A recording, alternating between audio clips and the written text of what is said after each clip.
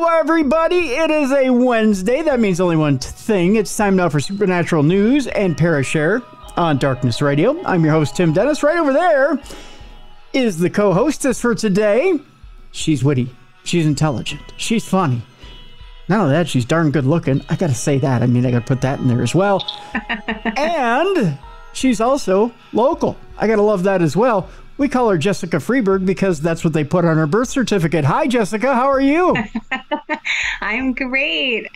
I'm so happy to be here. I come for the compliments and the ghost stories. Ah, there you go. Well, we have I think we only have one of those today. We have some strange and unusual stories, but we're you know what? I think you're going to be impressed with some of this today, Jess. We've got cryptids. We've got maybe a theory actually solving the Mandela Effect.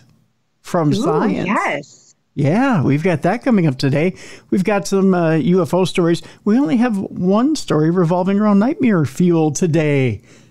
Oh, good. Yeah. I won't be so traumatized. There you go. Not as much trauma for you today. Interesting stuff all around today in Supernatural News. I know I had one listener say, well, if you're short on Parashare, Tim, just use my story that you had lined up for Bruiser. We'll do that another week. I got so much going on this week that, I mean, we are a little shy on Parashare stories, but that's okay. Yeah, you do have a lot going on, though. Yeah, there's a lot going on. And then, by the way, folks, tomorrow's show is so huge that I just can't. We'll talk about it later in the show, but by gosh, tomorrow is a must-tune-in type show. That's all I got to say. Lots of stuff going on. Lots of stuff going on. Lots of good things. Yeah, so much good. So much good going on, Jess. It's what we call in the business ridiculous. So there's that. There's that too. Let's see here. By gosh, let's start it off with the alien stuff, shall we? Oh, by the way, I got to ask you what's going on in your world before we move on. Oh gosh. I'm just really doing a lot of writing. I haven't had a lot of time for planning events. I saw you were at the Palmer House, though, and we're planning some events there for the end of the year and start of next year. But how did it go? Did you guys get some ghostly activity? There was a little bit. Yeah, it was a little quiet this weekend. I'm not going to lie. It was a tiny bit quiet, but there was some, let's just put it this way, angry activity in the snowman room. Ooh. Where, I forget the names of the ghosts, but there was a Justin there at one time. I don't know. Maybe the ghost of Justin Timberlake who got upset. I don't know. Who knows? But at one point, it was like Bob, Tom, and Justin. I have no idea. There were there was a trio of ghosts that all of a sudden started swearing and told them to get out of the snowman room.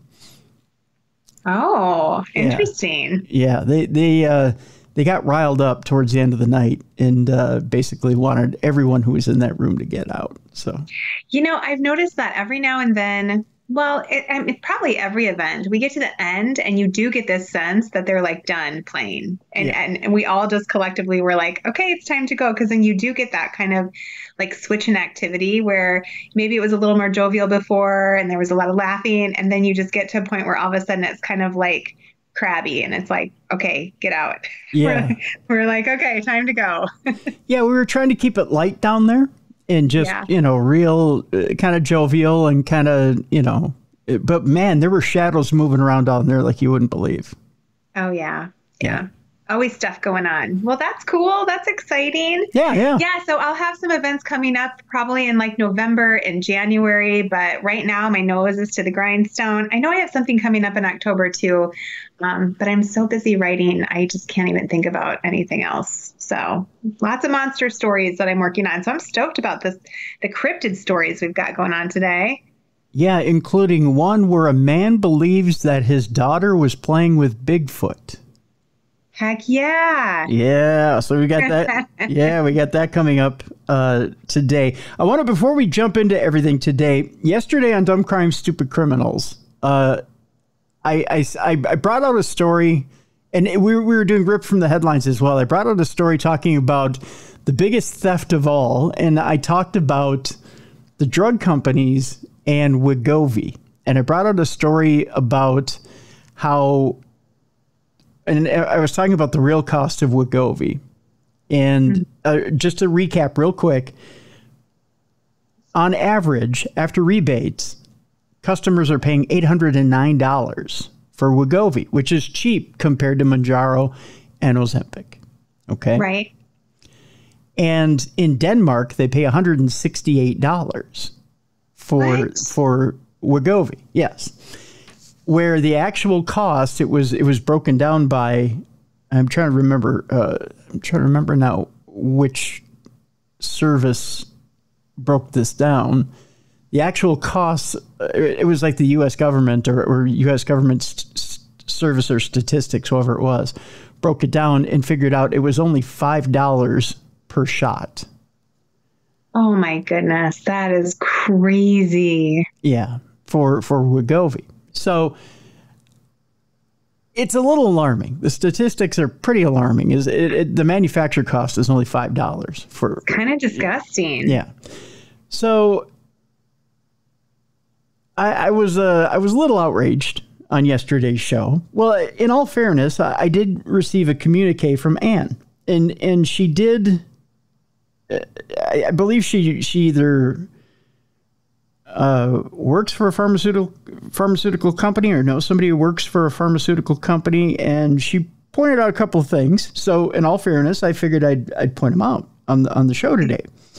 She does point out that you have to take into account other things than manufacturing costs. They have to pay highly educated scientists for research and development, as well as paying for cold chain transportation, which is true.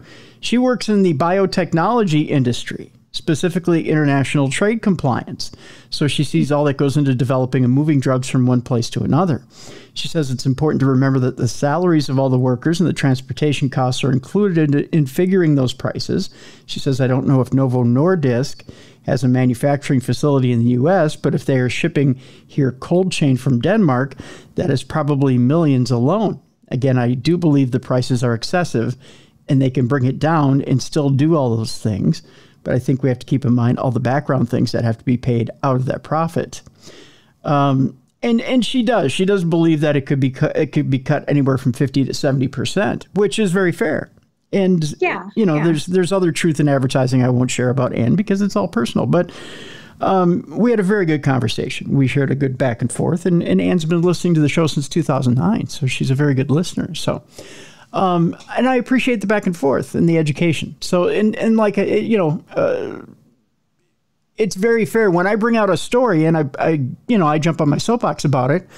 I'm glad when listeners step forward and say, hey, wait a minute, Tim, whoa, before you go too far off on it, here's some other points about why something may be so expensive. And I agree. Yeah, it should be cut back as far as costs go, but it shouldn't be $5 per, right. That's the manufacturer cost just for, the medication. So I didn't want to point out that Anne stepped forward and said, okay, yeah, it's $5 to manufacture it, but then, there are other costs involved. So, and I do understand too. And as I pointed out to her, research and development, America basically pays higher drug prices, and we fund research and development for the rest of the world through what we pay.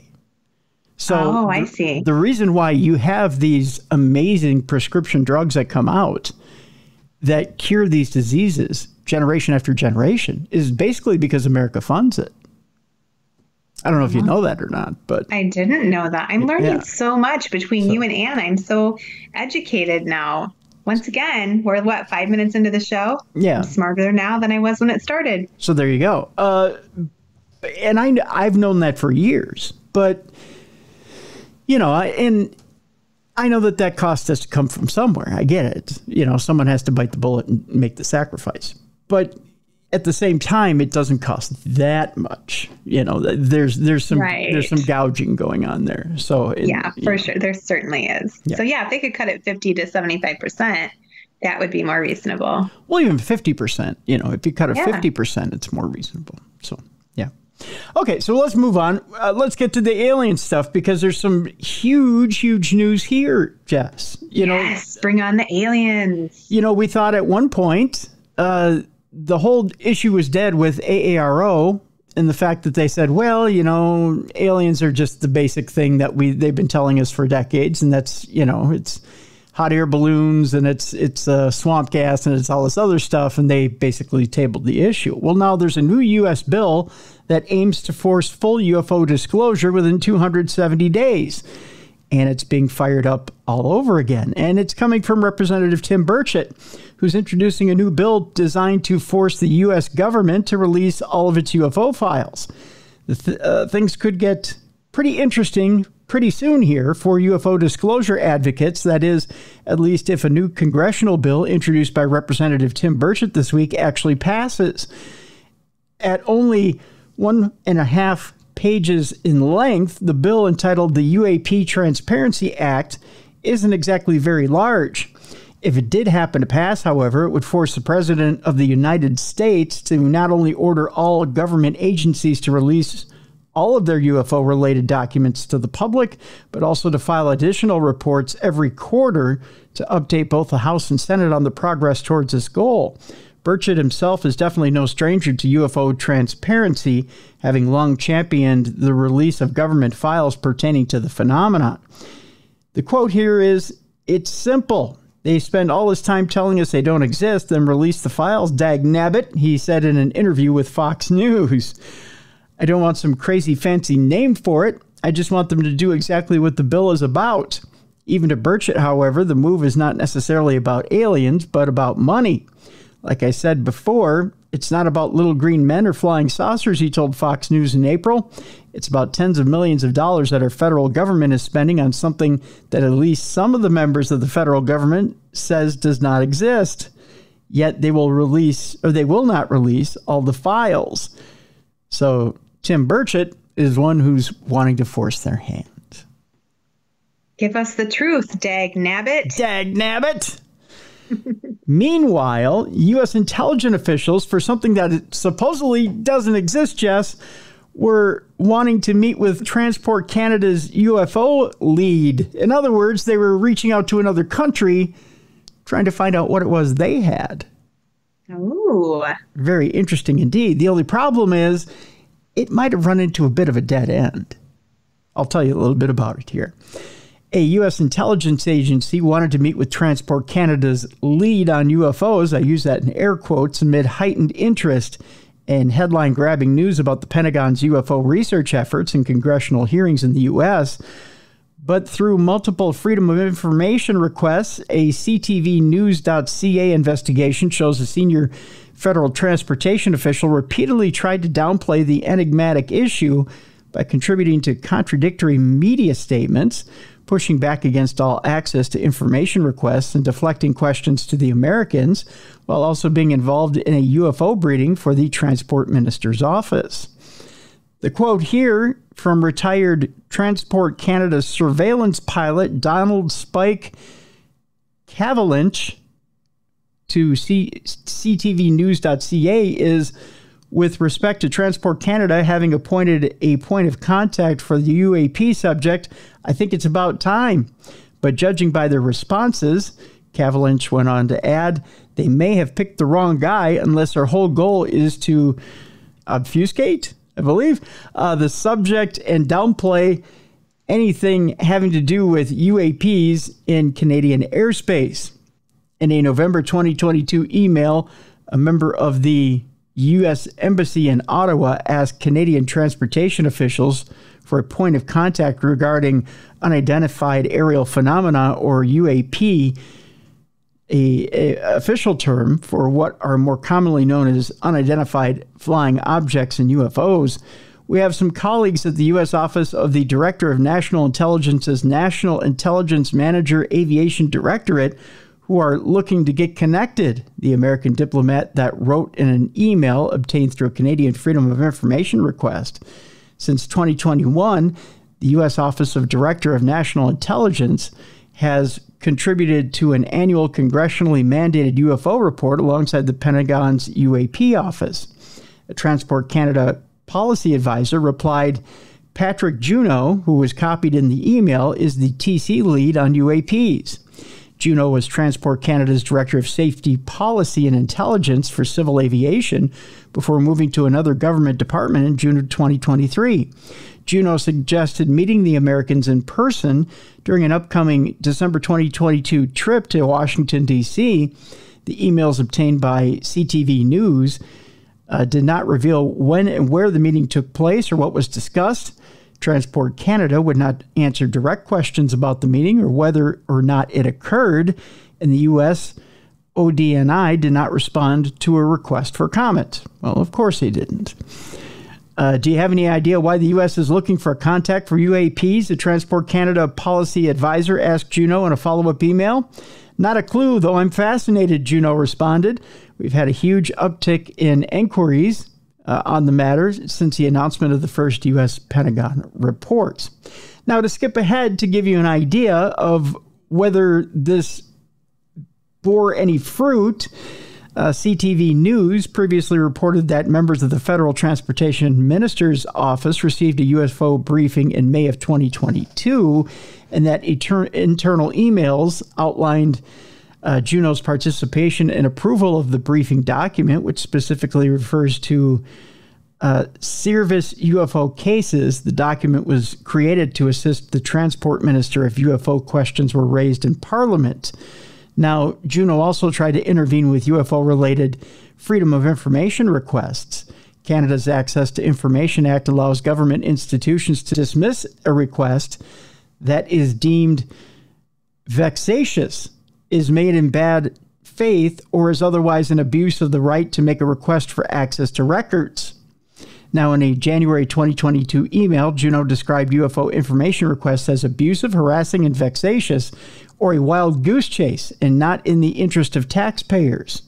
In other words, they're looking to weed out people who are looking for UFO requests based on, let's just say, bad faith. We'll put it that way. In an email to CTV News, Juneau directed all questions to Transport Canada's media relations team. There is no assigned lead for UAP within Transport Canada. The Transport Canada spokesperson told CTV News by email, questions regarding service should be directed to the U.S. government. Cavalinch, the retired Transport Canada pilot, also spent more than 2 decades flying for the Royal Canadian Air Force. He says service procedures were included in the initial RCAF training and are also clearly mentioned in a Canadian military flight planning and procedures manual. To bring things even further into focus, they basically made CTV News kind of run circles around things and basically gave them the runaround and said, well, there's no real way to get a hold of any of these inquiries, and we're not going to tell you much about our meeting with the U.S. government, and not much really came about of the meeting. So it looks like, yes, the U.S. did inquire as to what was going on in Canada, but Canada wasn't willing to give them any information. Well, that wasn't very nice of them. No. But they're saying that they're wanting to basically, the way they put it at the end was that they're saying it's long past time to declassify information in Canada and make it publicly available. But they're doing the same thing the U.S. is doing. They're saying, well, we want to make it available, but we don't want you to get it in bad faith. In other words, we don't want you to expose us and make us look bad. But at the same time, you know, we're going to take our sweet talk time. In circles. Yeah, that's right. We're going to give you the runaround when we do it. So they're taking a cue from their American neighbors. Let's move on, where a U.S. Air Force sergeant saw a supermarket-sized UFO land at a base before 4 beings appeared in front of him. A supermarket size? It's huge. That is huge. That is huge. A former security guard from one of America's most sensitive nuclear weapons bases says he saw a ginormous, that's the word, UFO land in front of him. In 1977, Mario Woods was staff sergeant with the U.S. Air Force Security Police. He was assigned to Ellsworth Air Force Base in South Dakota, guarding the launch silos for miles that formed part of the U.S. nuclear deterrent. In an interview with the Disclosure Team podcast, he told how he was at a control center outside the main base when he saw a huge but eerily silent luminous object hovering at some distance outside the base perimeter. I just happened to look to the east, or my east, which is in the direction of Ellsworth Air Force Base, about 55 miles away. And I see this light in the sky, he told the Disclosure Team podcast. I thought, what is that? Is that a helicopter? Is that a B-52 bomber? B-52s sometimes fly in these training sorties at night, and they fly at low level right over the prairie. They would be practicing an attack run in somewhere to go high to low and then come up to an area and disperse their ordnance. But whatever it was so large that Mario thought it had to be two of the giant Cold War bombers flying in close formation. A short while later, Mario's team received an alarm signal telling that someone or something had penetrated the base perimeter. Together with a colleague named, believe it or not, Michael Johnson, Mario was sent to investigate. He drove out into the pitch black night for several minutes before seeing an unexplained object floating perhaps a mile away from them with pulsating lights beneath it. He continued, "You could see this pulsation, these orange, red, and white colors. It was the strangest thing." And I said, "Michael, that's that object, man." He said, "Whatever," but I think it scared him to death. The security team then drove a little further until they eventually came to the source of the mysterious pulsing lights. Mario said it was the size of a Walmart building and as long as an aircraft carrier. Dang. Yeah. He claimed it was the biggest aircraft that he'd ever seen, adding, "I've been on C-5 Galaxies and flown from Korea to the United States twice on one and there and back. So I know the size of those things. They are minuscule compared to this craft. I mean, that's just how big it was. There was no noise, but it was only sitting 10 feet off the ground." Wow. That is impressive. The circumference of this craft was so large that it was almost directly above our truck. I often wonder what would happen if I had gotten out and gone directly up under the center of it, but I was too afraid for that. I would be too. There's no way I'm getting up under that, something that huge, because you're wondering if you get sucked up underneath it or if they decide to take you with it or, yeah. Kind of want to get beamed up, yet you kind of don't. Yeah. At that point, a powerful light shone from the massive object, he added. The whole area was lit up so brightly it was like standing in a welder's light, Mario says. At the same time, both Mario and his partner Michael started feeling as if they were being lifted out of their seats by some powerful force. Whatever it was also exerting pressure on their chests, making it difficult to breathe. Then the pair were observed by what we might call today a drone, although in 1977, such things only existed in the realm of science fiction. He explained a ball about 4 to 5 times the size of a beach ball appeared in just a few inches above the hood. The word drone or anything like that was not used then. We didn't have drones, but it appeared to be some type of a drone. It had vents on it, not individual little misting vents or anything like that, but like the cooling fins on a motorcycle cylinder head. This thing shot around like a ping pong ball, as big as it was, for about 3 to 4 seconds, and all of a sudden it flew off and it was gone. As if Mario's experience was not strange enough, it was about to get a great deal stranger. He went on and said, "I saw these 4 beings, 3 small and 1 tall, about 20 feet away. They weren't walking, but they were all just moving at the same time, coming toward me. The small one that was on the right side of the tall one had a wand or some sort of rod with a yellow tip on it that glowed in a way that brought my attention to it. Mario sat transfixed in terror as they approached, but then these strange beings spoke to Mario in a way he couldn't explain. I heard, 'Do not fear,' he added. It's very difficult to describe the tone of that voice because they were used to hearing everything through their ears. Well, this talks to you right through your body. This is inside of you."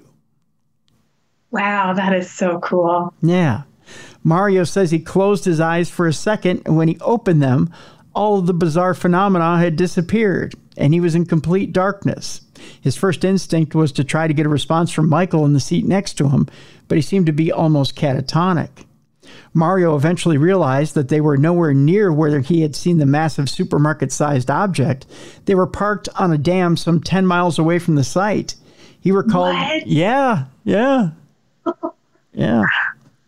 He recalled the strangest part about that is the vehicle was facing the only direction in which he could leave in, and there were no tire tracks coming in there. So literally, like they were just dumped 10 miles away. That's amazing. Yeah. Disturbingly, it was around 5 hours later than he expected it to be. Mario eventually made it back to base, where he was subjected to a serious grilling from his supervisors. He says that he told them everything except the part about the strange alien creatures, believing that it would have ended his career right on the spot if he mentioned them. Holy cow. That's an amazing story. Yeah. There's a little bit more here. He says medics arrived on the scene to examine Mario and then took skin samples, telling him that he had a few minor burns. He was ordered to sign a non-disclosure document, preventing him from talking about his bizarre experience for the rest of his service career. Well, I'm glad he's talking about it now. Yeah, right? It's a little hard to believe, but then again, not. No, I believe. Yeah. I believe you, Mario. Yeah, interesting stuff. This next story we get from Tony. Again, if you have a story for us here on Supernatural News, you can email me at tim@darknessradio.com. And here's the story, Jeff. Turns out that social media was flooded over last week with videos of a dramatic fireball over Spain and Portugal. Ooh. The European Space Agency's Planetary Defense Office is investigating the appearance of an enormous fireball that lit up the sky above Spain and Portugal late last week. The fiery body was witnessed streaking across the night sky, traveling at a speed of roughly 45 kilometers per second at around 10:46 at night on May 18th, before disappearing from view in a bright flash of light at an altitude of 60 kilometers above the Atlantic Ocean. The fireball was initially thought to have marked the destruction of a small meteor as it came into contact with Earth's atmosphere. However, ESA later announced that the interloper was in fact probably a fragment of a large icy comet which had broken off from the main body and wandered the solar system for an indeterminate period of time before finding itself on a fateful collision course with our blue marble. Footage of its explosive destruction was posted to social media by observers located in Spain and Portugal, along with a recording from ESA's Fireball camera in Spain. During atmospheric entry, the intense velocity of the comet fragment would have compressed the atmospheric gases in its path, a process which in turn would have slowed the object and heated up simultaneously. Its descent would have continued until the unequal pressures at the front and back of the fragment overwhelmed its tensile strength, causing the ancient traveler to disassemble in a cataclysmic fireball. ESA's Planetary Defense Office is currently analyzing data on the fragment to determine its size and trajectory in an effort to discern whether any part of the cosmic wanderer could have survived the splashdown into the Atlantic Ocean. Researchers are also working to determine whether the object, which was actually not being actively traced prior to striking Earth's atmosphere, can be found in telescopic data leading up to the event. It's kind of interesting to see some of the pictures of this thing splashing down, but yeah, it's a little scary thinking about things just falling out of the sky in a fiery blaze. Yeah. It says that Sunday's unexpected occurrence is the latest in the string of spectacular cosmic events that have graced Earth's skies in 2024. It started on April 8th with a dramatic total eclipse that we all watched on television if you didn't see it in person. That display of orbital mechanics has been followed earlier this month by a bout of intense solar activity, which triggered a series of spectacular auroras on Earth, which lit up the night sky across the northern U.S. There's been a lot of activities in the skies over the past month and a half. There has been. It's been kind of cool. Yeah. At least there's something, better than television on up in the sky. That's for sure. Be able to get outside and see some of it. That's for sure. And before we go to break, Jess, a couple of deaths around the community to report. The first one, Dr. Bruce Maccabee, who's passed away at age 82. Dr. Maccabee was a retired physicist who spent his entire working life at the U.S. Naval Weapons Center. He's best known outside his work environment for his research into the nature of UFOs, including in-depth examination into the Kenneth Arnold UFO sighting that sparked the public interest in flying saucers and flying discs. He used his training to examine the McMinnville UFO pictures, the New Zealand film, and the Meyer contact claims, and the Gulf Breeze photos and other sightings at a photographic component. He also worked with Dr. J. Allen Hynek and was active in the MUFON and was a leader in the Fund for UFO Research. He was sought out for his expertise and provided a briefing paper for John Gibbons, who was President Bill Clinton's science advisor. He participated in the Smithsonian UFO debate in 1980 and appeared on numerous radio and television programs. I'm trying to remember if we had Dr. Maccabee on. I think we did at one time, but it was years ago. I think it was years ago that we had Dr. Maccabee on. One other passing away that happened early last week that I wanted to report on and didn't get a chance to. Dr. Cyril Wecht passed away. He was a celebrity pathologist who argued that more than one shooter killed JFK. He passed away at the age of 93. Dr. Cyril Wecht has been on the program. We had him on the program previously, and I believe his episode is available in the archives. He had some controversial positions on high-profile deaths, such as John F. Kennedy's 1963 assassination, caught the attention of prosecutors and TV viewers alike. He died, I want to say it was almost a week and a half ago now. Wecht's death was announced by the Administrative Office of Pennsylvania Courts, which did not disclose a cause or place of death, saying only that he passed away peacefully. Wecht's almost meteoric rise to fame began in 1964, 3 years after he re-entered civilian life after serving a brief stint at Maxwell Air Force Base in Montgomery, Alabama. At the time, Wecht was serving as an assistant district attorney in Allegheny County and a pathologist in Pittsburgh Hospital.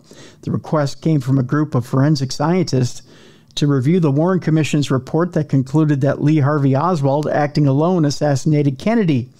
And Wecht, with his unusual thoroughness, did just that, the beginning of what would become a lifelong obsession to prove his theory that there was more than one shooter involved in the killing. After reviewing the autopsy documents, discovering the president's brain had gone missing, and viewing an amateur video of the assassination, Wecht concluded the commission's findings that there was a single bullet involved in the attack that killed Kennedy and injured Texas Governor John Connally was absolute nonsense. Wecht's lecture circuit demonstration detailing his theory that it was impossible for one bullet to cause the damage it did on that November day in Dallas made its way into Oliver Stone's movie JFK after the director consulted with him. It became the most famous courtroom scene showing the path of the bullet, known as the magic bullet. You remember back and to the left, back and to the left. Right. That deal. Attorney F. Lee Bailey called Wecht the single most important spearhead of challenge to the Warren report. Wecht's verbal sparring with Senator Arlen Specter, a staffer on the commission, also became well known, culminating in an accusation in his book, Cause of Death, that the politician's support of the single bullet theory was an asinine pseudoscientific sham at best. Yet somehow Wecht and Specter overcame their differences and developed something of a friendship, with the senator coming to the pathologist's defense during a grueling 5-year legal battle that sapped him of much of his life savings and ended in 2009. Again, you can find Cyril Wecht's program and archive in our archives. So, Godspeed to Dr. Wecht and to Dr. Maccabee, who both have passed away in the past couple of weeks here. So they did a lot. They shared their truths. I appreciate that. Yeah, most definitely. Most definitely. So when we come back, Jess, we've got a little bit of nightmare fuel involving a celebrity on Big Brother. trying to connect with his dead mom. There's that coming up. And, of course, we've got much more. We've got a tale of a man who believes his baby girl has played with Bigfoot in their backyard. Imagine that. That's coming up as well. We've also got a lot coming up. We've got a story about how Ghost Adventures has broken through into the mainstream media with one of their programs. Although I don't know that it's the kind of press you want to get. We'll play the clip from TMZ as they have a little fun with our buddies from Ghost Adventures. And we've got the theory that says, a scientific theory, Jess, that says they figured out where the Mandela Effect comes from. And folks, you're not going to like where it comes from. Uh-oh. We'll tell you exactly what that theory is coming up. It's a Supernatural News Wednesday with your buddies, Tim Dennis and Jessica Freeburg, right here on the best in paranormal podcasting. This is Darkness Radio.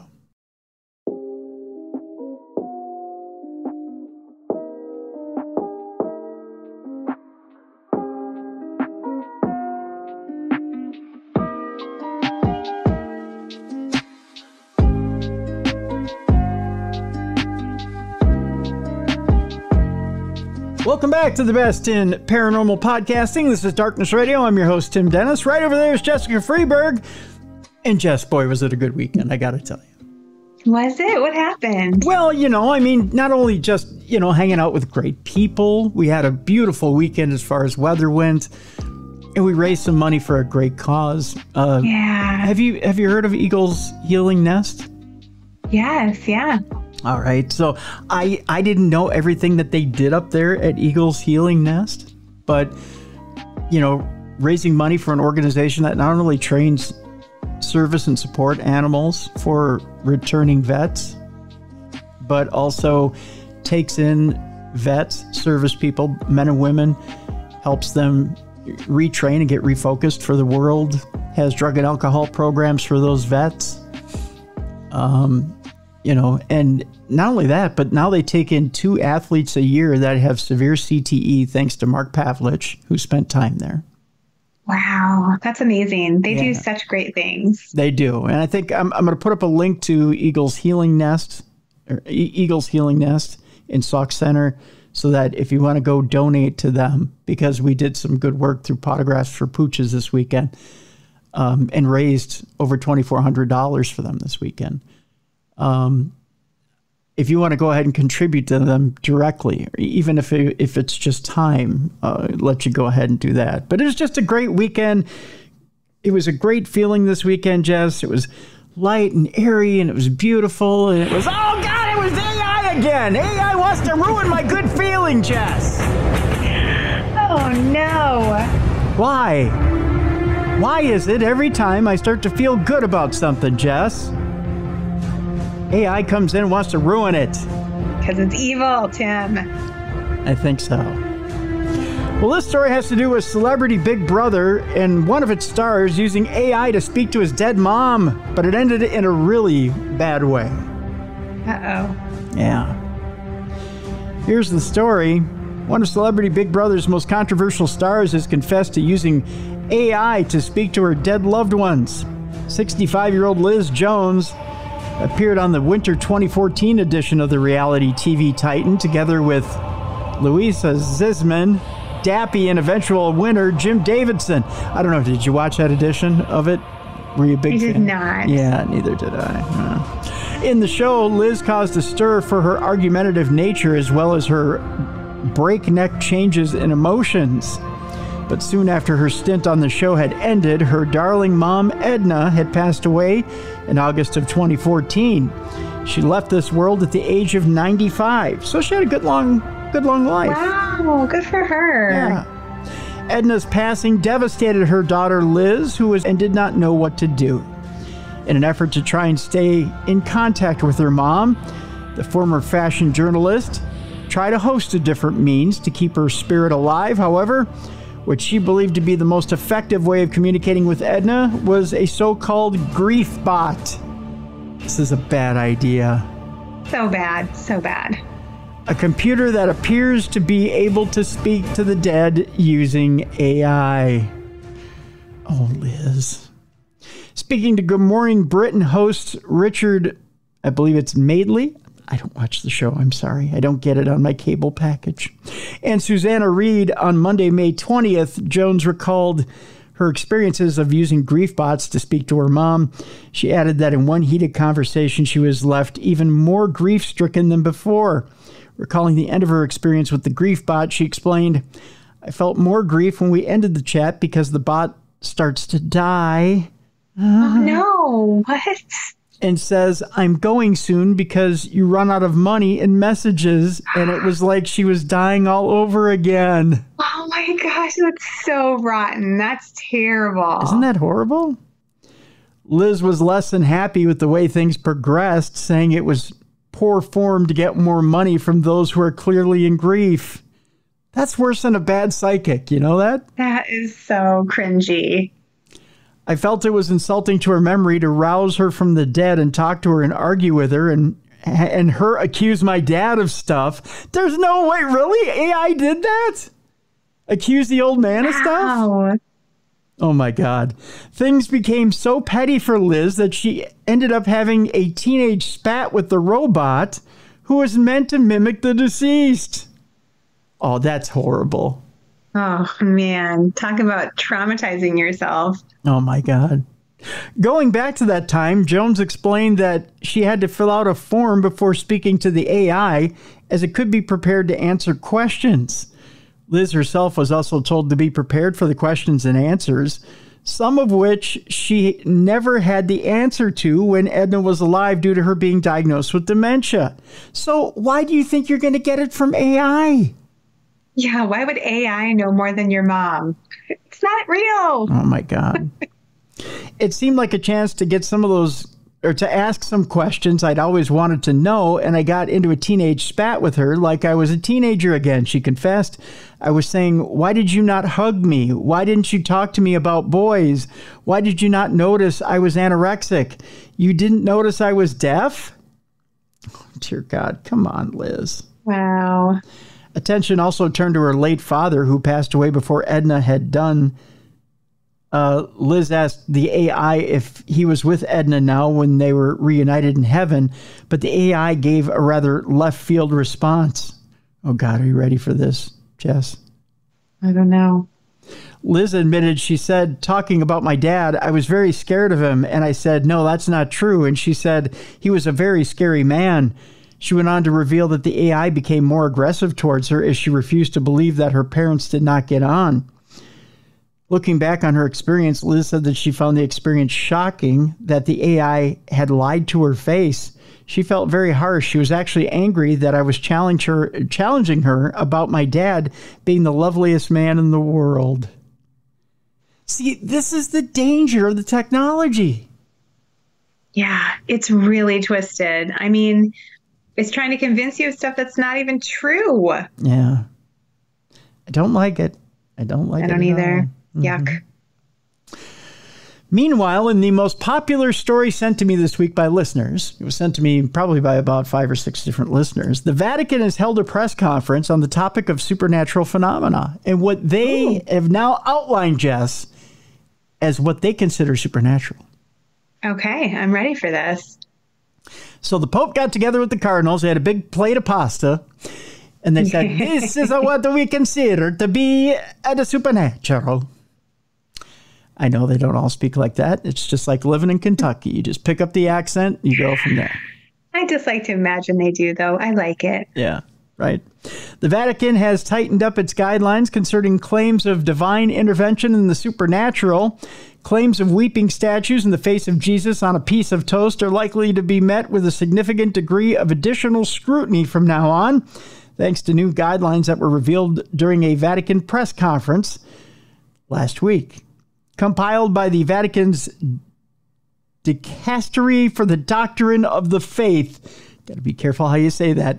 The new guidelines are now a direct response to the rise in claims of supernatural phenomena and divine intervention on social media and elsewhere. Until now, there hadn't been any changes at all to the guidelines since 1978. Wow. We've been sailing smooth until then, Jess. I mean, that was just a few years ago, but... Well, more than a few years ago. Yeah, 1978. You're talking about 45 years don't ago? Say it. Yeah. Makes me feel old. Yeah. In particular, the newly published document insists on taking a more cautious approach to the claims of the supernatural, especially to make sure that someone isn't trying to profit from a scam or a hoax. I always have a problem with this word. Champion. How do you say it, Jess? Championing. I can't say it either. Championing.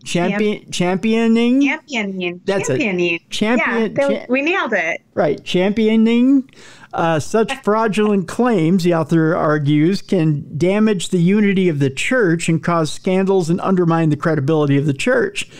Bishops will now be required to seek the approval of the Vatican before publishing any conclusions, and even the Pope himself can be consulted in particularly exceptional cases. The changing guidelines reflects the changing world we live in, and in particular, the way that information and claims of the supernatural are shared and discussed. Whether the update will make any practical difference to the issues facing the church, however, remains to be seen. Now, Jess, with that in mind, we have another story out there that they may consider supernatural. They may consider just plain freaky. We go to our friends over at TMZ, who decided they were going to have a little fun with some haunted fun. That was brought up by our friends at the Ghost Adventures. Turns out that on one of their latest episodes, they went to a brothel in Utah. And our good friend Zach Baggins was trying to get a little action in more ways than one.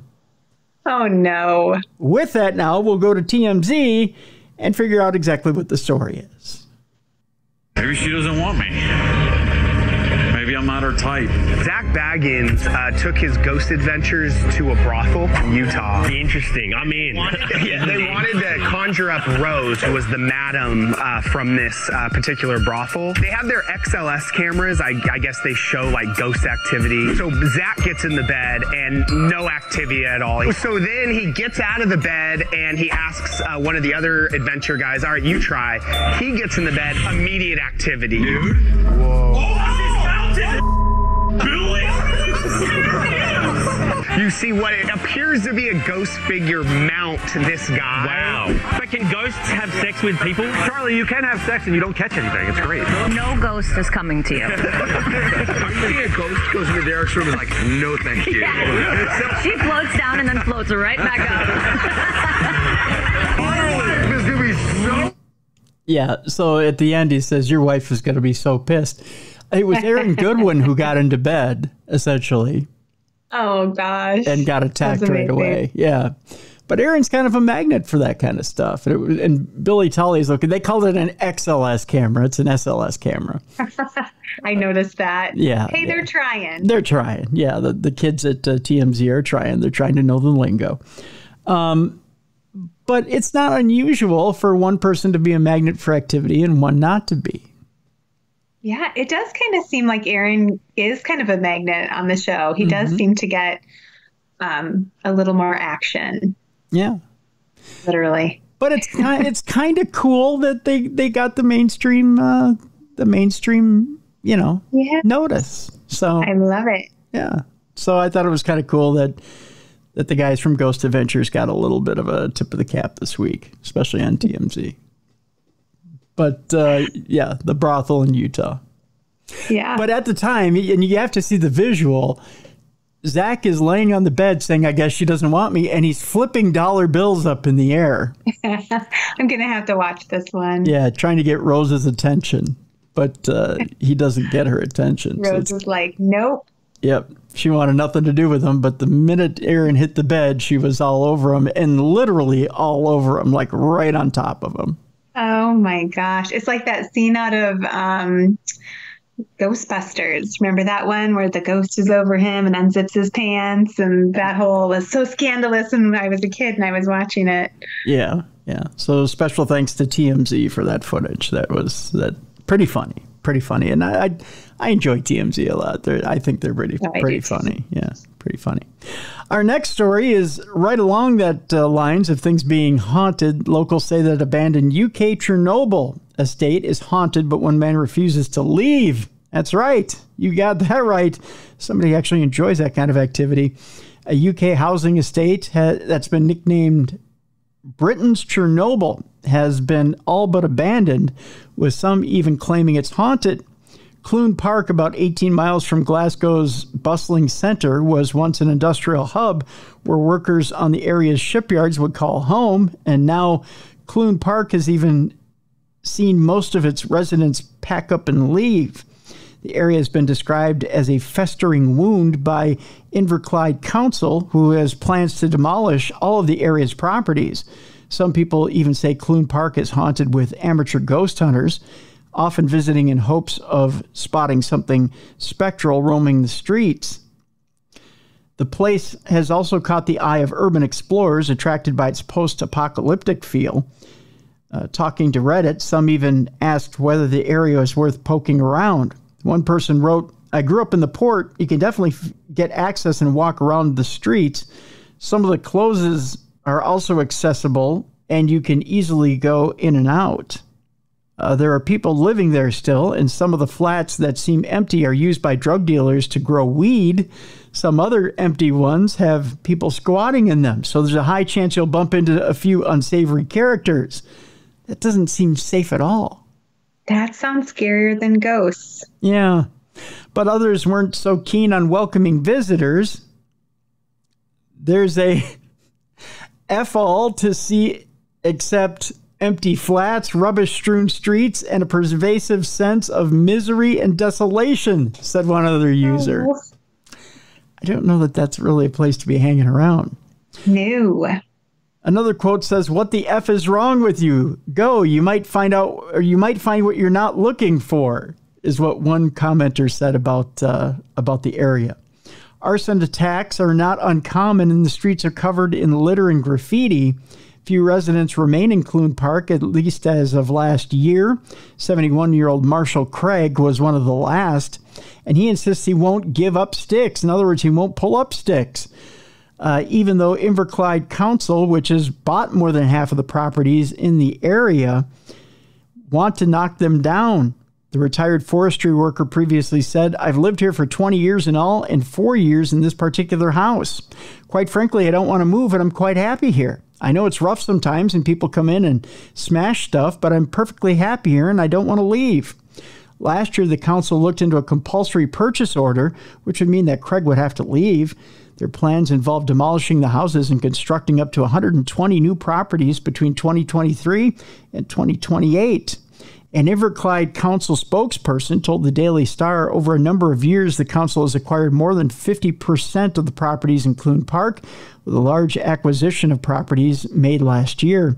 It remains our ambition to acquire the remainder of the properties, to demolish them, and allow for the delivery of long-term regeneration of the area. Efforts to acquire the remaining properties from the private landlords continue to be difficult, while progress has been frustratingly slow and costly. The vision to regenerate Clune Park still remains, and discussions are continuing with private property owners to achieve this aim at the earliest possible opportunity.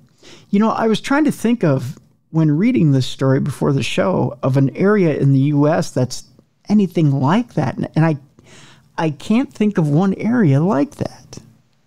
Well, there is a place, and I just wrote about it, and I can't think of the name of it off the top of my head, but it's a location where there's a constantly burning fire underground. So different scenario, like this is where something exploded, but this is a fire underground, and they had to basically evacuate it and buy the people out of their houses. And there were some people that, it's in Pennsylvania.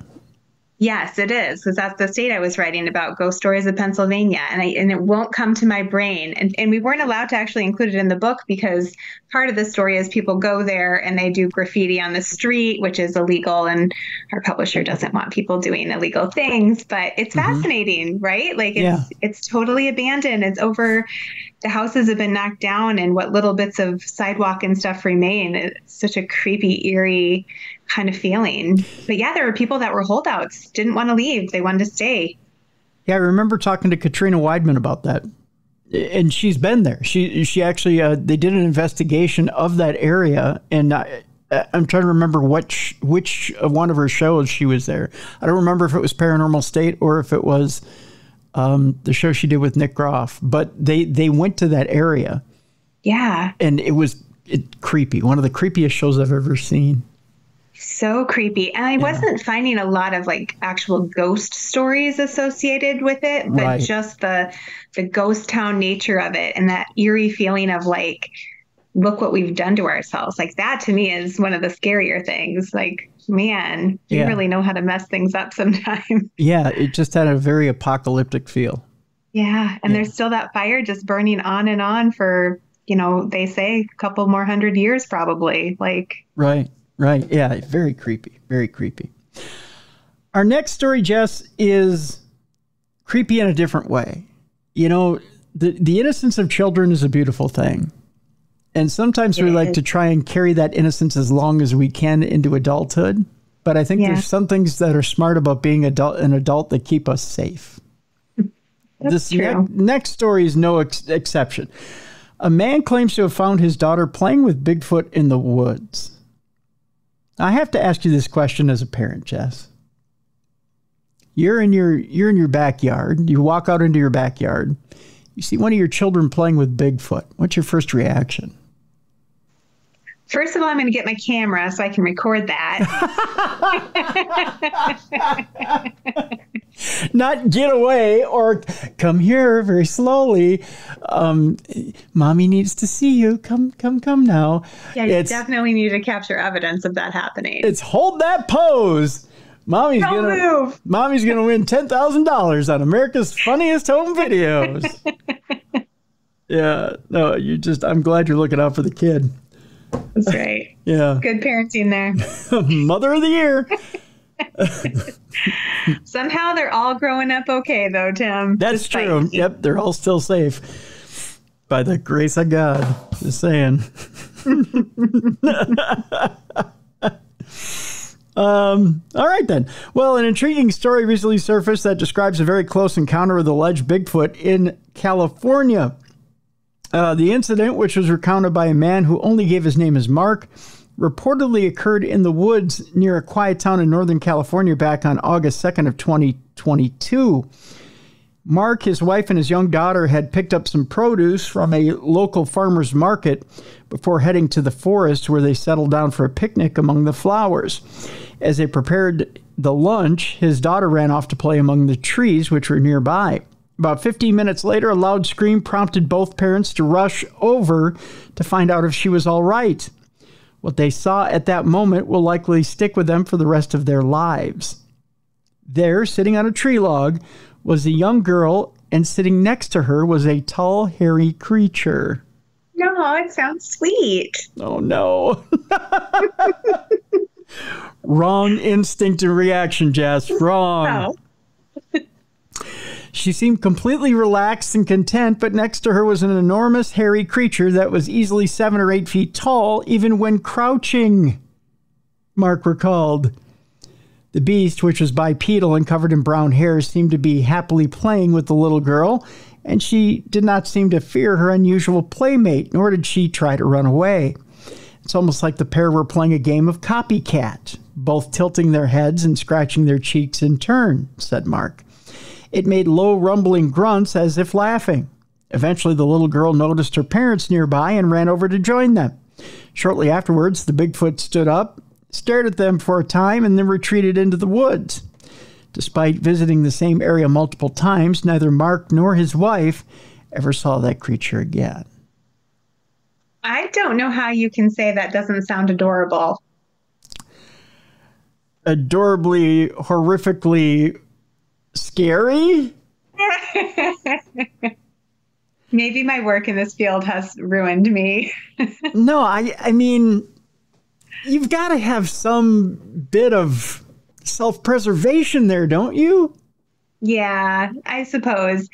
I don't know if I've ever told you this story, though, but my brother, when we were little, I was a baby, so he would have been about 3.5. We lived on a farm. He was outside playing by himself as we were allowed to do back in the day, back in the 80s. Mm-hmm. And my mom said that he disappeared for a while and he came back and into the house and he told them all. He was very little and didn't have a context of Bigfoot or anything like that. But he said he went for a walk with the big hairy man, and the big hairy man was not wearing any clothes and he was like super tall, and he walked down to the river with them. And he just, like my brother said, they just walked for a while together and didn't talk. And then my brother got tired of walking, so he turned around and came back. Oh my God. So that's the time my brother went for a walk with Bigfoot. Jesus. Sure of it. And my brother's not into this stuff at all. Like, he'd probably be mortified that I was actually telling this story, but I did get permission once to share it when I was speaking at MUFON. But yeah, like, I don't know. I kind of think of Bigfoot as like a gentle giant. A lot of people do. I mean, there's nothing wrong with that if you've had the good experience. But, you know, there's some people who've had absolutely malevolent experiences with Bigfoot. I know. And I was doing some research on Bigfoot for the book I'm working on now. And there were like people that reported being attacked by it, like grievously attacked by it. And I'm like, that's not the Bigfoot I know. That's not my cuddly little Bigfoot. Not my buddy. Not my bud. Yeah, no, but I mean, you know, there's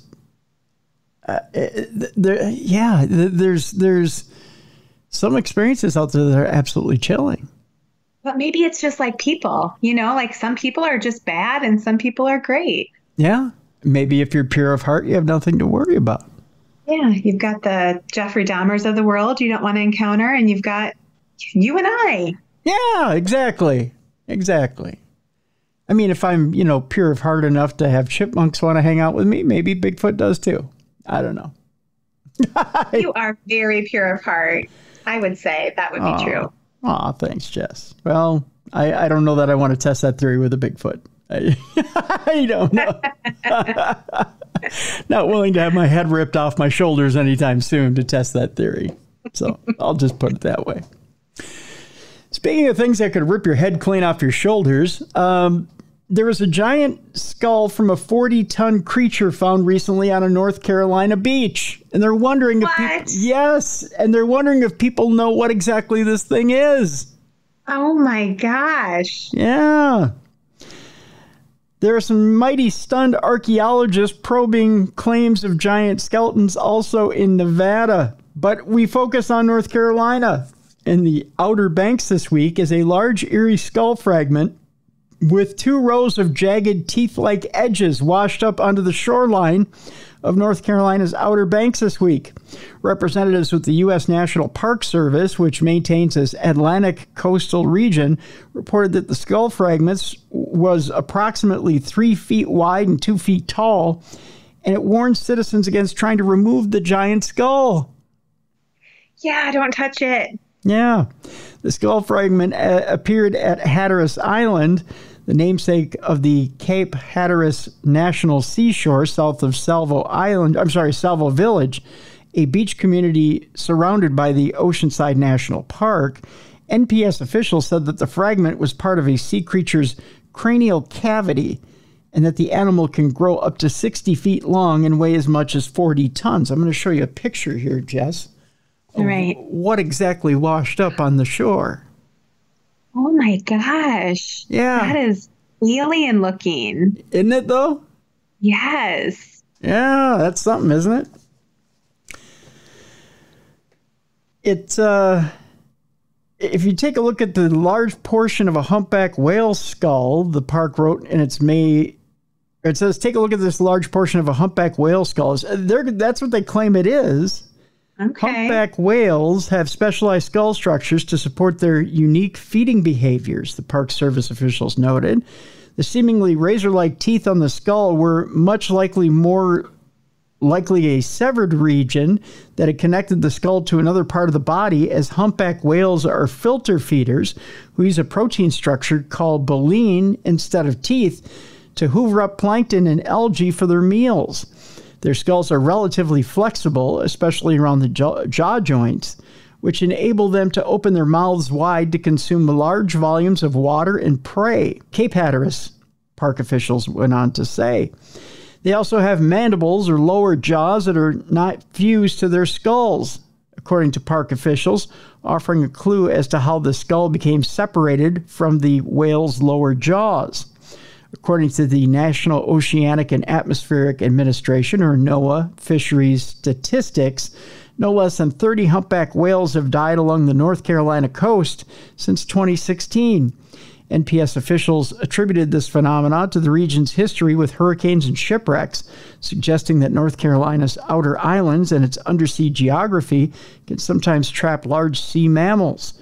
Given its location on the outer banks, the barrier island chains extend into the Atlantic Ocean and come in very close proximity to the continental shelf, they said. And for this reason, a large number of standings occur within park boundaries. But other humpback whales, according to NOAA experts, have died locally due to ship collisions, as well as fatal encounters that have ensnared them in fishing gear. Park officials try to warn off civilians from attempting to grab the impressive skull fragment as a personal trophy. Under the Marine Mammal Protection Act, it is illegal to possess any parts of a marine mammal carcass and or bones. When the NPS finds them, we can use it for education and research. We will, which requires several staff to lift, they continued, or they will be removed and disposed of or buried back in the environment.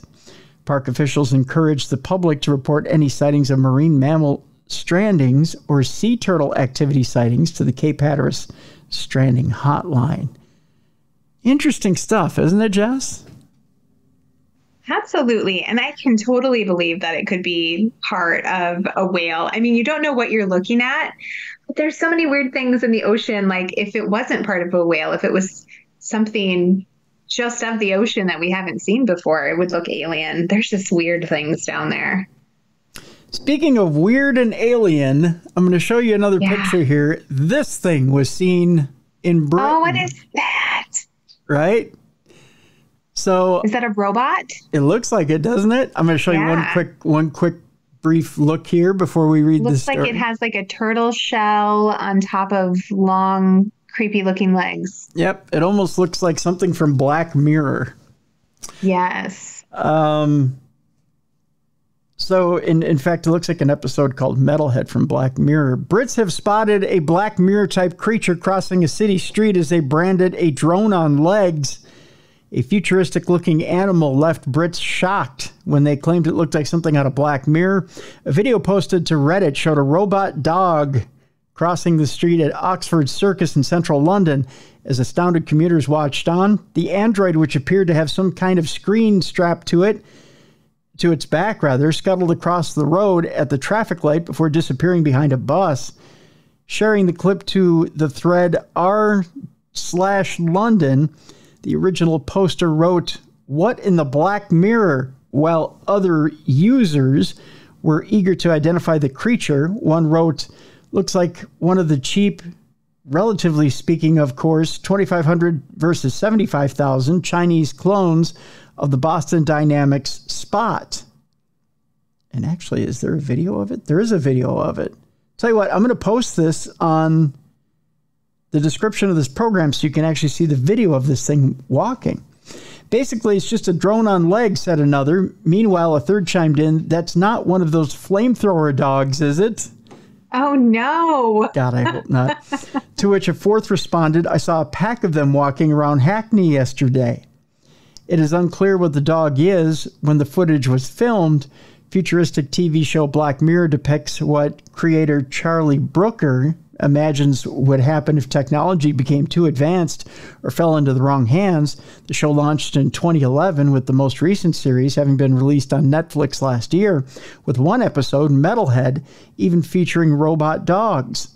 As well as 27 regular episodes, Black Mirror also features a special interactive episode called Bandersnatch. The choose-your-own-adventure game, set in the 1980s, follows game developer Stefan, played by Fionn Whitehead, as he turns his favorite book into a video game.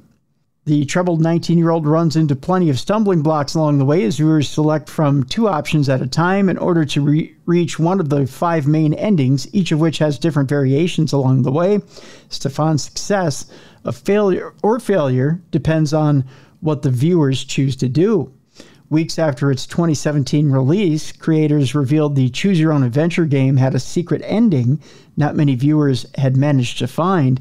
Posting to X, then Twitter, Netflix teased fans with a cryptic message that read, "Think you've seen everything there is to see in Bandersnatch? Well, try picking up the family photo twice." Ooh, we did that. I don't remember that family photo part. Yeah. They say, "We won't spoil it for you, but if you're thinking of giving the game one more play, though, don't say we didn't warn you." Ooh, now I think I need to do it again. See? And that's just that clue for that story. There you go. Interesting stuff, huh? Speaking of interesting, Jess, the Mandela Effect. We're going to get down to brass tacks here. This study says that repetition creates false memories. A new study exposes the truth effect and its impact on misinformation. So yes, the Mandela Effect may simply be repetition and misinformation. I'll break it down for you as to what this new research is finding. So new research reveals that in addition to the truth effect, which repeated exposure to information increases the likelihood of believing it to be true, people also experience the illusion of knowledge effect, creating false memories of having known repeated information beforehand. The study findings, recently published in Cognition, highlight significant implications for the modern information age, particularly in the ability for false information and misinformation to rapidly spread through the internet and social media. The inability to distinguish recent information from well-established knowledge and memory adds an explanation for the persistence and strength of repetition effects on truth, researchers wrote. The truth effect might be so robust because people believe to know the repeatedly presented information as a matter of fact. The truth effect is a widely researched cognitive phenomena in which repeated exposure to information increases the likelihood of believing it to be true, regardless of its actual accuracy. This effect occurs because the brain processes repeated information more fluently, and this ease of processing is mistakenly interpreted as a signal of truth. As a result, research has shown that people are more inclined to override rationality and accept familiar information as accurate simply because they've encountered it multiple times. Sound familiar? It does. I love this article. Okay. To further understand the truth effect, German researchers Dr. Felix Speckmann and Dr. Christian Unkelbach, no, he's not my uncle, he's yours, of the University of Cologne conducted 4 experiments involving 773 participants. The primary aim was to explore how repetition affects the belief in truthfulness of information and the creation of false memories of prior knowledge. In the first experiment, nearly 200 participants were exposed to 50 trivia statements, such as, "A koala's pouch opens rearward," presented in 2 phases.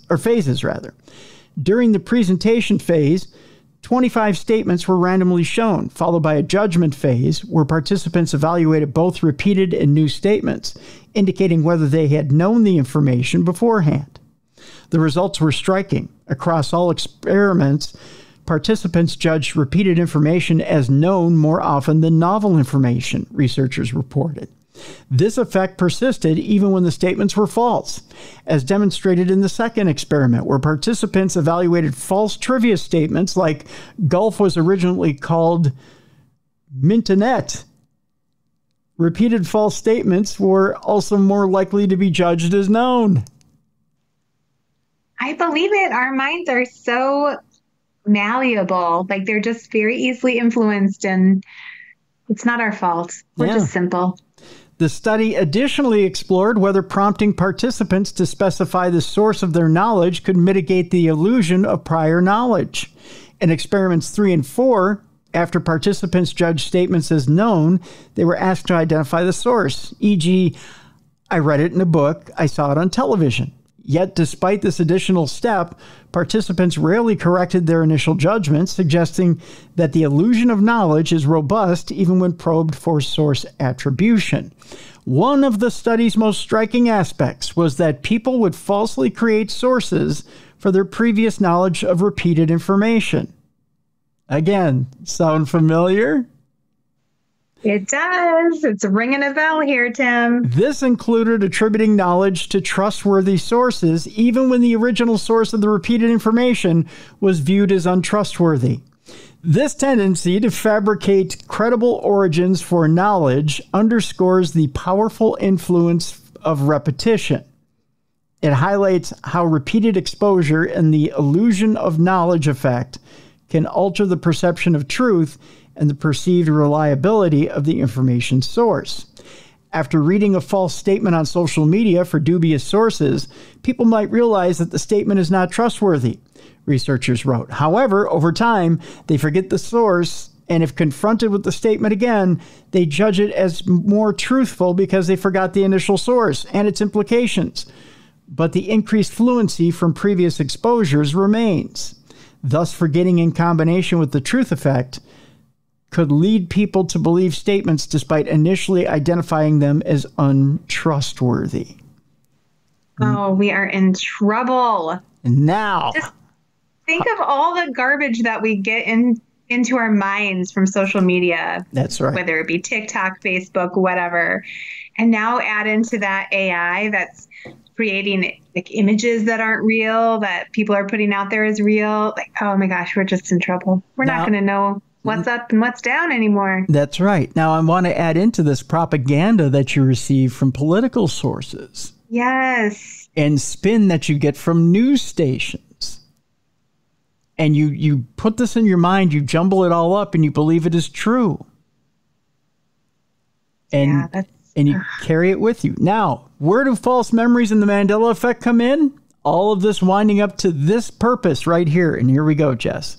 Yes. The research findings underscore the mind's ability to create and phenomena called the Mandela Effect. Now, I won't go into too much having to do with, the origins of the Mandela Effect, but it was named so by Fiona Broome, and it describes that phenomena where large groups of people remember an event differently from how it occurred or recall events that never happened. Broome coined that phrase after discovering that many people shared her false memory of Nelson Mandela dying in prison in the 80s, when in fact he was released and became South Africa's president, passed away in 2013 at the age of 95. With the Mandela Effect, people are not lying or being deceptive, but instead have formed a genuine belief in distorted memories.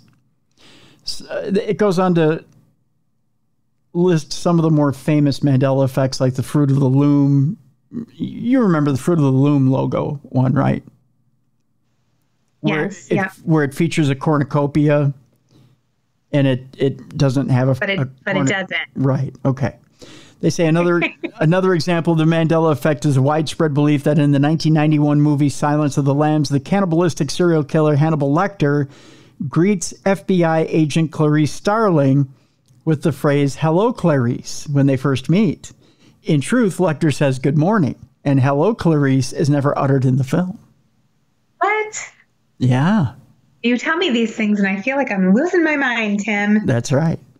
Dr. Speckman and Dr. Unkelbach's recent findings suggest the phenomena like the Mandela Effect might be partly explained by the repetition of false information or misassociation of informational sources.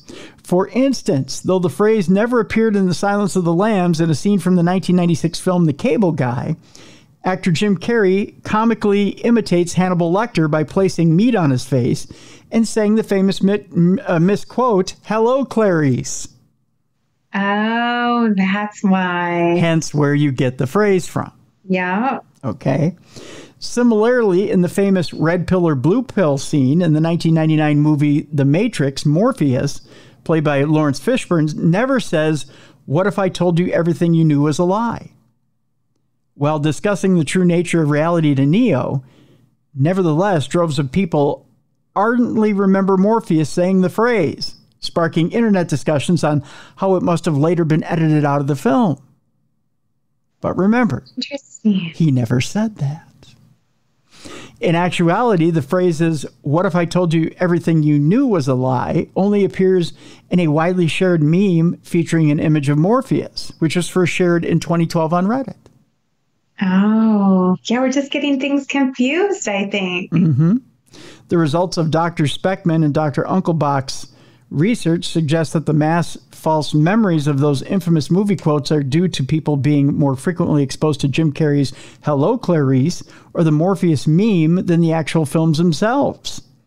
This repeated exposure through social media, the internet, etc., fosters the illusion of knowledge effect and the development of false memories that feel as real as true memories.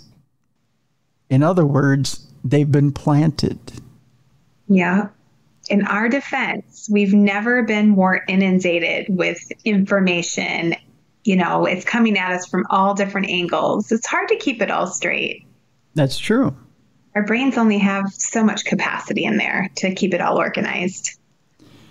So to wrap this in a neat little bow, they say the impact of forming false memories of movie quotes is negligible. However, there are other aspects where the illusion of knowledge effect can have much more significant consequences. They say it's particularly true in today's digital world, much like Jess just said, where true and false information can be disseminated in unprecedented rates. They talk about social media platforms being breeding grounds for spreading repetition of misinformation. The truth effect can thus significantly impact public opinions and belief systems. Moreover, social media content is often shared based on emotional reactions rather than factual accuracy. As people repeatedly encounter the same false information, they become more likely to believe it, and through the illusion of knowledge effect, they falsely remember it as accurate. So in other words, we share what we resonate with. Right. And if something resonates strongly with us, we share it with people that we resonate with, and they share it with people they resonate with. One came up just the other day, Jess. Yeah. So I'm talking with intern Yoko, and she says, do you know Dabney Coleman just died? The actor Dabney Coleman? Yeah. I was like, I thought he died years ago. He was 93 years old or something like that. Yeah. I'm like, no way. He died in his 80s. I remember it. Again, Mandela Effect stuff, right? Yeah. Or was I not paying attention? Yeah, I feel like a lot of it is just getting things confused. But we've talked about this before, the Berenstain Bear books. I feel like that really is something. Like, I just have such a strong memory of trying to sound out how it was written. And you've said there's images of the actual book. Yes, there are. There are images of the actual book. That may be one of the only true Mandela Effect cases. But they're few and far between. It's getting harder and harder to tell what's real and what's just us getting confused by how much information we're having thrown into our brains. We just weren't meant to know this much. Right. Or see this much. Right. You're exactly right. You're exactly right. There are some things out there that we just aren't meant to know. We just aren't meant to know. And it's one of those things where it gets confusing too, because you want to, if there's something that resonates so strongly that you say, you know, I really do feel like this happened. It had to have happened, and it resonates so strongly. You'll fight to the death for it. You know, you'll say, no, it had to happen because I know it happened. Yeah. But you have such an emotional attachment to it, you don't want to let it go. You don't want to admit you're slowly going insane. Well, it's not that you're going insane. You're convinced it happened, and the memory of it is so strong that you want to hold on to it. Vivid. But memory is infallible. Yeah. Not every memory is true. And I think that's what, you know, unless it's documented, unless you videotaped it, unless you have some infallible evidence. Yeah. You can't say that is the absolute truth. That's why, Tim, when you see your kid sitting with Bigfoot, you go get your camera so you can record that shit. Oh, that's why I love you, Jess. You just put the kid in danger. Don't care. You just going to record it. Just hold still, kid. Try not to get your head ripped off your shoulders. And Mama's going to get this on video so I can prove it to the world. That's right. I'm a researcher. I'm a researcher. Nothing's going to get in mommy's way. Just saying. You just keep that little head on your shoulders. Just hold still. It's okay. Yeah, I know. Anywho, we've got just 2 stories left here on Supernatural News today for the day. And then we'll leave you to get your head ripped off your shoulders by Bigfoot. That's how we'll end the program today. The next one, speaking of things that you don't know whether you can believe or not, this one I think you can believe because it appeared in Popular Mechanics magazine this week. That is a source of truth. Well, you would think it would be, yeah. Archaeologists have found an anomaly near the pyramids that may reveal an ancient portal. Ooh, I love a good portal. Yeah, that's what she said. New findings beneath the desert floor hint at entrances to long-lost chambers. You heard that right, and it came from Popular Mechanics. In the world of archaeology, few tools have revolutionized the field as much as ground-penetrating radar. This geophysical technique uses radar pulses to image the subsurface. Now, similar techniques have uncovered Viking longships in Norway, revealed lost civilizations in the Amazonian jungle, and even entire Roman cities without ever putting a shovel into the dirt. Now, GPR has delivered once again near one of the most well-excavated sites in the world, and that's the Great Pyramids of Giza. Using GPR along with a method known as electrical resistivity tomography, or ERT, which uses electrical resistance to map underground structures. And an international team of researchers led by Tohoku University's Motoyuki Sato discovered what is being described as an L-shaped anomaly in the Western Cemetery near the world-renowned pyramids. According to the team's research paper, published earlier this month in the journal Archaeological Prospection, which I get on my doorstep at 6 a.m. every Thursday morning. I don't know if you... Of course you do. Yeah, well, you know, it's Popular magazine. The structure is roughly 6.5 feet from the surface, measures 33 feet in length, and was backfilled after construction. The Western Cemetery at Giza is known as an important burial place of members of the royal family and high-class officers, the paper reads. In the initial survey by GPR and ERT, we have found an anomaly in the north of the survey site. The area of the anomaly could be established approximately, but the structure and the location were unclear. Below this L-shaped structure was an anomaly lying 16 to 33 feet down that the researchers describe as highly electrically resistive. That's interesting. That is. Yeah. Such an anomaly could have a few explanations, but the team identified 2 main possibilities: a mixture of sand and gravel or sparse spacing within or with air voids.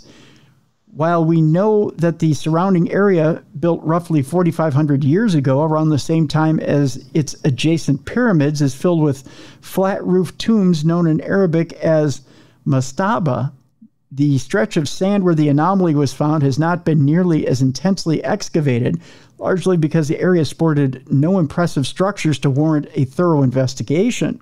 So what exactly could this L-shaped structure and its lower anomaly represent? Well, speaking with Live Science, Sato said the structure is likely not natural, as the shape is too sharp.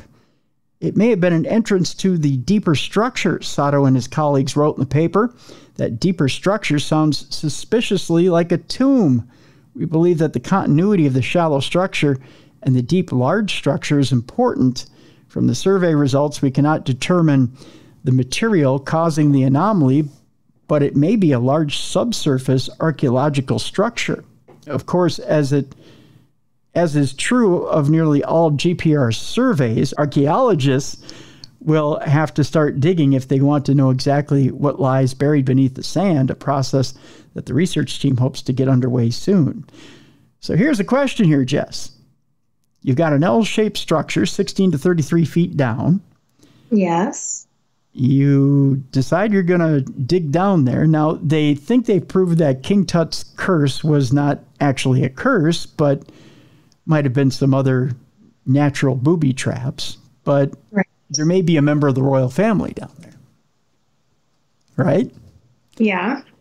Do you take the chance and do you dig down there knowing that if there's some sort of energy or light anomaly down there, that you may be digging into something that may be a potential booby trap?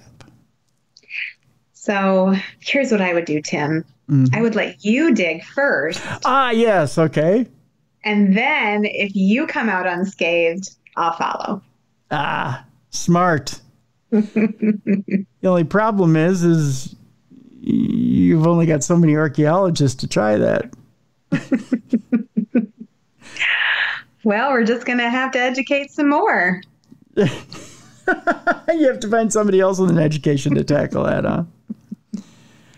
I don't know. You only have so many grunts to do the grunt work, you know? Yeah. Are you going to do it? No. Or are you going to let someone else do it? Somebody else is going down there. I'm not going down Yeah. there. Yeah. It's not for me to find out. I'm not taking that chance. No way. No I'll watch way. the documentary when it comes out on Netflix. Yeah, that sounds about right.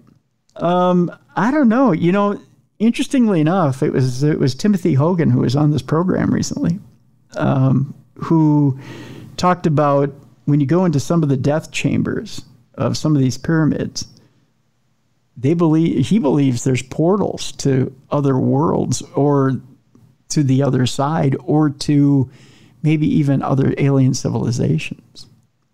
And they believe that by using energy or by using these arcs, Ark of the Covenants that are batteries, that if you put a battery in that place, you can take yourself, or that the pharaohs, as it were, would communicate with these aliens from other civilizations, and that's how they obtain their knowledge. Fascinating. I don't know if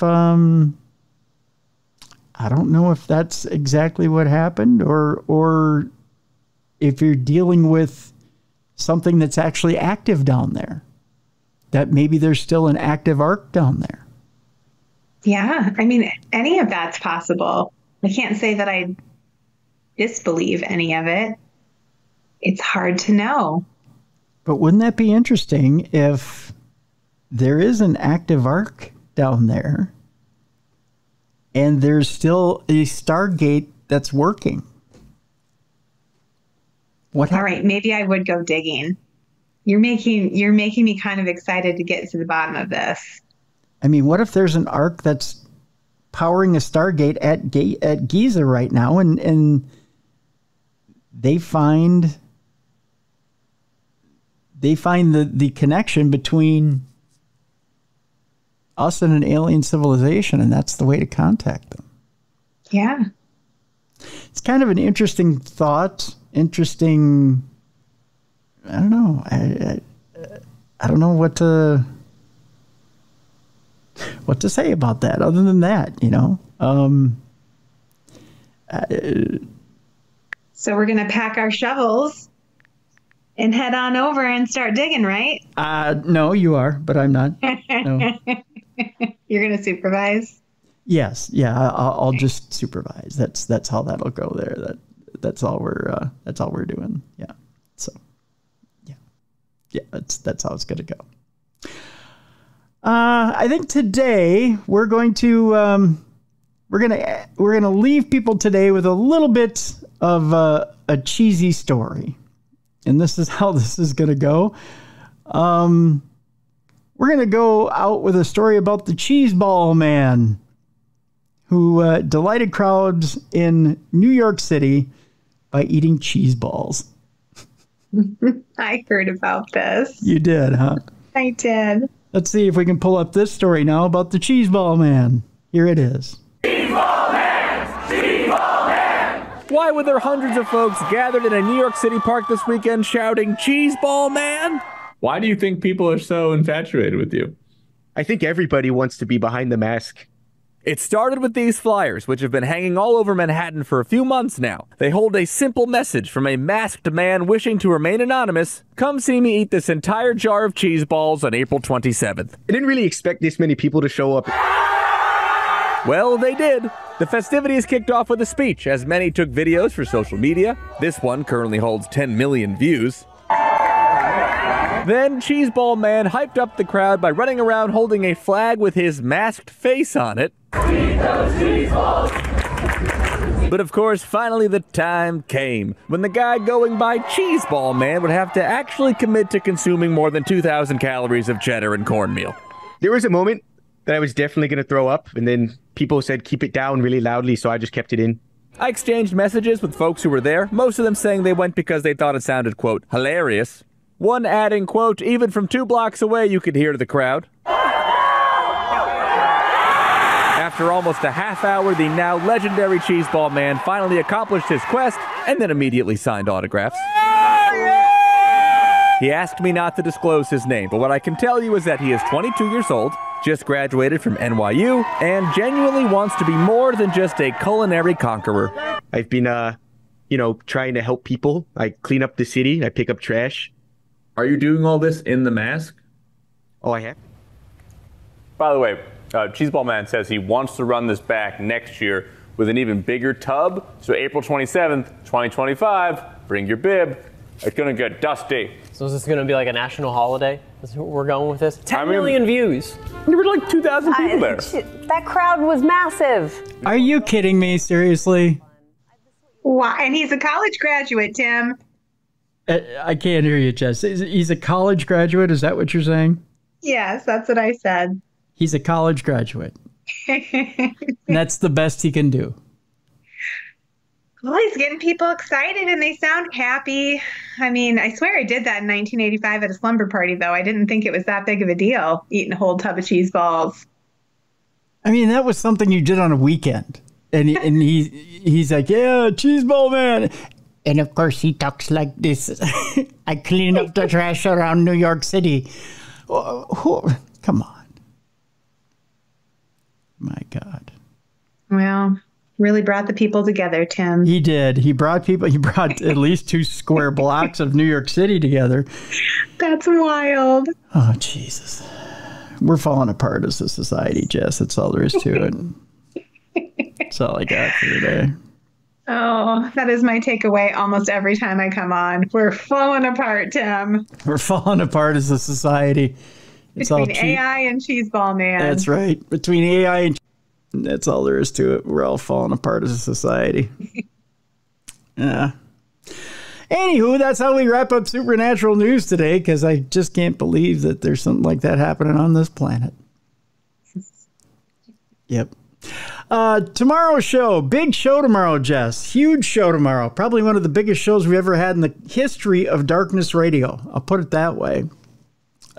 We have rock god, guitar virtuoso, probably one of the best guitarists alive on this program tomorrow. Steve Vai is with us. And he will be with us to talk about a subject that I don't think very many rock and roll stars would talk about, where they get their inspiration from, and if they are inspired by spirit, if they actually channel their talent through spirit. Wow, that's going to be epic. Yeah. So it was. I'll warn you, tomorrow is an extra long, extra packed show. There was a lot that I talked to Steve about. We talked extensively in the first part of the program about whether talent is inherited physically or if it is brought in spiritually, if it's channeled spiritually. In the second part of the program, we focus a little bit on his discography and his inspiration and how he took inspiration from spirituality. So it's a very, very interesting program. Steve's never talked like this before in most interviews. A lot of times it's talking about tone. It's talking about, he's talking a lot about, notes, tone, things on the fretboard, very technical things. Yeah, musicality. And exactly, Jess. In this interview, he's talking very much about spirituality, which is crossing a fine line for a musician. So I'm excited. I'm excited to see what his fans think about this, because this is big. This is a big step for him, and it's a very good interview. Very good interview. So I'm excited for what people think about this, because I myself have been a huge Steve Vai fan since 1986. So, and it's one of the interviews I've wanted to do my entire life. So it was a goal for me. So it's one of those life goals that got checked off. So, looking forward for you guys to hear that interview tomorrow. So, and I'm excited.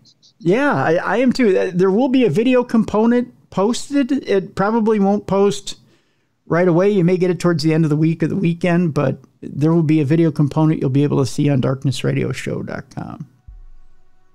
So there you go. Sweet. Yeah. So that's tomorrow on the big show. Steve Vai joins us. We'll be talking about music and spirituality. That's tomorrow on Darkness Radio. So Jess, what's going on in your world? We're quickly approaching the fall and some new books. Yes, we got books coming out in September. There will definitely be some book signings around. I'll keep you guys posted on all of that. Right now, I'm just trying to get them done. There you go. There you go. And like I said, tomorrow on the show, Steve Vai. So there you go. So for Jessica Freeburg, I'm Tim Dennis. Thank you so much for joining us for Supernatural News. Tomorrow, Steve Vai on the program. We'll see you tomorrow for the best in paranormal podcasting. This is Darkness Radio.